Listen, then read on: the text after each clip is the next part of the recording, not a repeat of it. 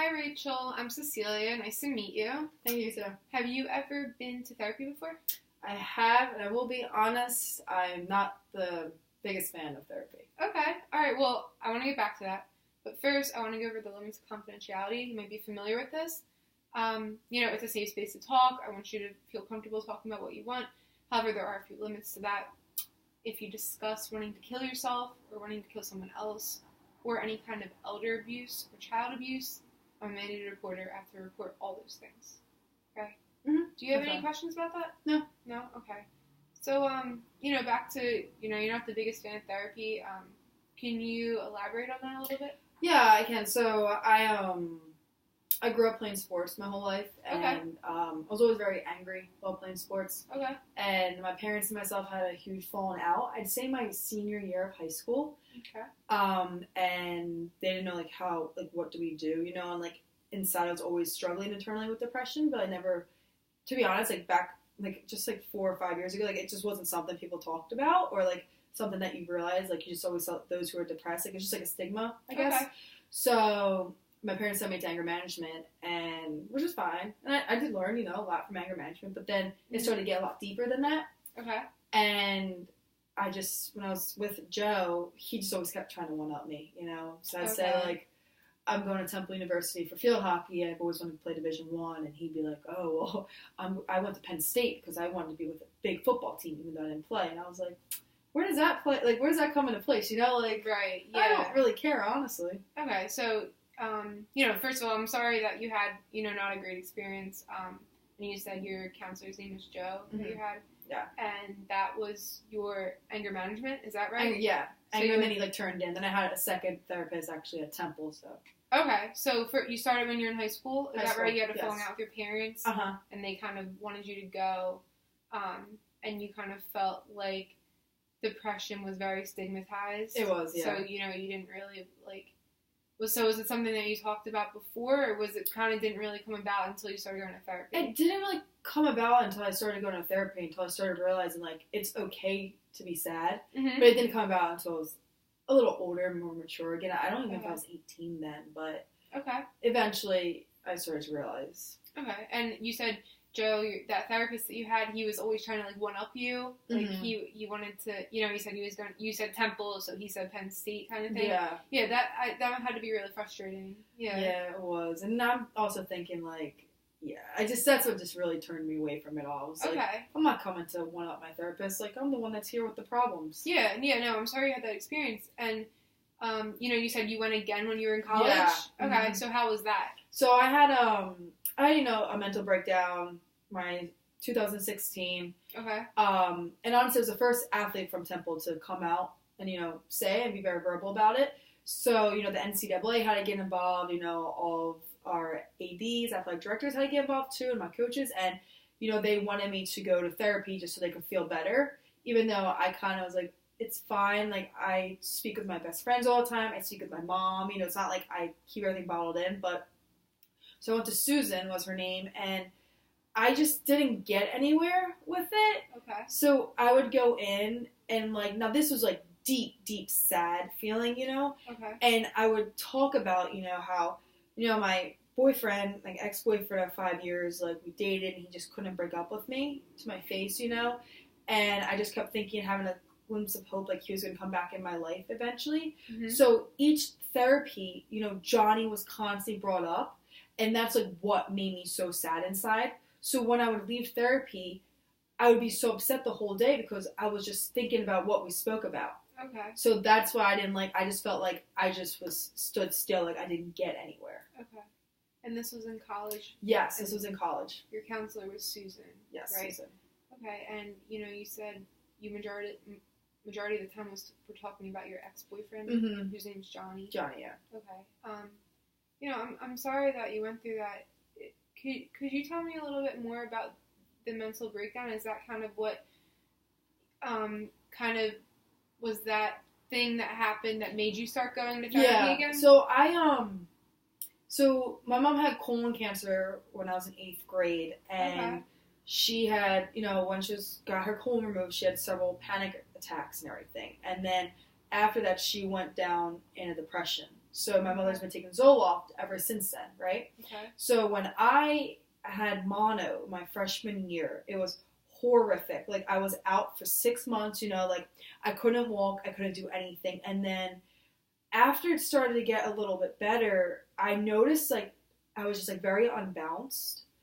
And that's when it came about, and that's what my doctors have said is, like, I had, like, an unbalanced chemical, whatever, in my brain. Okay. And they said it's, like, even though there was no trauma outside to my body, it was horrific trauma inside of my body. Okay. So that's what really stemmed from it. So then, I was holding on to something that I should have never been holding on, Johnny. Okay. Because I just believed, like, we both went these routes. Like, he went to LaSalle, I went to Temple. Like, we're just, like, this power couple, and I didn't want to see it go away, and I just couldn't understand, like, he doesn't want to be with you, Rachel. Like, if he did, he'd be at your games. And, I mean, it took me now, I'm 23, to realize it. But, so we, my mother had it, and she's like, you're texting Johnny right now after my Phil Hockey game. He's like, and we're going there, and he's going to break up with you to your face. So I texted him, like, I'm on my way. And I sat outside for, like, 3 hours, God knows. And luckily my 2 best friends were there. And at that moment when I just realized it was done is when I lost it, like, screaming. I finally came out to my friend Carly, like, I have an eating disorder, like, I want to kill myself, I don't want to be alive anymore, like, life would be so much easier. And I was, like, hysterical, and I got in the car, and I was just, like, my mother's never seen anything like it, my grandma was in the car, she's never seen anything like it, and they just took me, to the hospital, and that's where I sought help, and I got put on my Zoloft and stuff. So that's how it all happened. Okay, so let me just make sure I have the timeline of this correct. So you had mono that really you suffered from for about 6 months. Yeah. And then you and your boyfriend broke up? Yeah. Or was it okay? So you had this mono that was already kind of bringing your spirits down. Is and that he right? wouldn't even see me with the mono. So and you wouldn't see you with the mono. Yeah. But you guys were still together. We're then? still together. Yes. Okay, so. You have mono. It was a hardship, but I'm sorry you went through that. That 6 months is a long time to be sick. Yeah, and then you break up with your boyfriend, which that's never easy. That had to be difficult. So I'm sorry that one thing happened after another, and then it sounds like you tried to talk to him face to face, and then that's when that whole breakdown happened. Yeah. Is that right? Yeah. Okay. Well, I'm sorry that you went through all that. I'm sure that was very difficult to go through when in college, and you said you were playing sport. Mm-hmm. So, I'm really sorry to hear about that. So, that's when you moved on and started seeing Susan? Is that right? Yeah, so I started seeing Susan the weekend that the Pope came. I don't know if you remember that, when the Pope was in town. Okay. That's when I started seeing Susan, and it just, I mean, I did it twice a week for a semester, and it just really, truthfully, didn't get me anywhere, and I think I still was very immature, though. I wasn't ready to be told something that I didn't want to hear. Okay. And I still had that, glimpse of hope that down the line me and Johnny would be back together. And, I mean, it's been, almost 5 years, and obviously no chance within that. Right. So, yeah. Okay, so, and, you said that with Susan, you were just talking about Johnny all the time. Yeah. She was bringing Johnny up, and you would just leave therapy, and you would just feel even worse. Yeah. Okay, I'm really sorry that happened. I hope that you can have a better experience with therapy this time around. Yeah. I'm really glad that you're back here after having, 2 experiences with Joe and Susan that weren't really what you wanted. Yeah. So, what kind of brings you to therapy now? Well, I think that, I told you I'm 23. I think that I'm I'm very mature now. And, I don't know, I'm sick and tired of, telling everyone else, what's going on in my life and everything. And I just think, my life's so, hectic and crazy right now. So, I don't know, I just, I'd rather speak to someone. And I want to give it again, because I could have been naive and just young. Yeah, no, I'm really happy you said your life's getting kind of hectic. Yeah. So, do you have any, is there any examples of that? Yeah, so, I'm in love with my boss. Okay. Yeah, I don't want to be at all, but it's just how the tables turned and everything, and, I just think, I don't know, it's just insane, so. Okay. So, where do you work? I work at Frank Recruitment Group, so I do, IT recruiting, we're niche recruiting, so I do ServiceNow, in the Washington, D.C. area, and my boss is a team lead, so he's in charge of me, and it always was like Rachel and Josh, and they kept like commending us because they've never found someone that can work with Josh. Again, Josh is from the UK, so he's brought up a lot different than myself. He's just like me, type A, but very cocky, but I'm used to cocky people, being in sports my whole life, and our bosses were our VP was like, I have never seen this before, like, you two need to be on the same team, so I got moved on to this Washington, D.C. team, so it's kind of like Rachel and Josh rule the world, and it's just, like, I enjoy that, I guess, and, I mean, so much is going on about, like, examples and stuff of what's happened, but I don't know where to go from there. Okay, so, and your boss's name is Josh, right? Josh, yes. So, and you kind of feel like you have feelings for him, and you don't really know how to express them, or? That's a good point. Is like, I don't know if I should express them, because Josh has a girlfriend, and I'm not that type of girl that, I'm not a homewrecker, but like, I do believe that, like, and my friends always told me this, that her mother was engaged to someone and, fell in love with her husband now. So I believe that, you're meant to be in someone's life. And Josh says it to me and everything, like, there's a reason why we met each other. So I kind of like, you know what? Like, it's a dog-eat-dog world, so I have to do what's going to make Rachel happy, because no one else besides my family and friends are going to want to make Rachel happy or care. Okay, so is Josh kind of reciprocating these feelings? Yeah, he's doing it more than me. He's always has, but I'm very naive, and it's hard for me to understand when someone's into me, because I'm just like, oh, work is professional, like that, no. But now that I look back on everything, I'm like, oh, goodness gracious, I should have realized it 10 months ago. Just the way that he treats me compared to the new hires and everything. Okay, so, you said that your life's feeling kind of hectic, and that's kind of coming from the situation with your boss at work. Yeah. And I know earlier when we talked about the situation that happened in college, you said your mom was with you, your grandma was with you, your two best friends were with you. Yeah. So do you still feel like you have that strong support system? Yeah, I do. Okay. And I think it's stronger than ever, because, I mean, I'll admit to you, I was low up until 3 months ago. I would lay in bed and just like, I never would fall through with suicide. Like, I would never do that. But there's times where I used to lay there and think like how much easier life would be if I just wasn't here. I mean, it's like sad as that sounds. I just would think like, if I wasn't here, I wouldn't be feeling what I feel inside.